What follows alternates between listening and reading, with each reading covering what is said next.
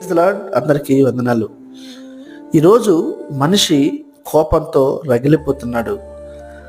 ఆ కోపంలో ఎంతటి పనికైనా ఒడిగడుతున్నాడు.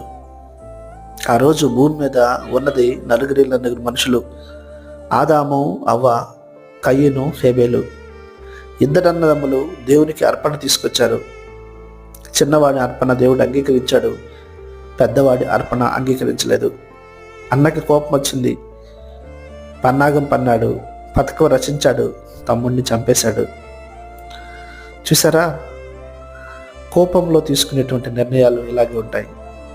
కోపంలో తీసుకునే నిర్ణయాలు జీవితాన్ని పాడు చేస్తాయి.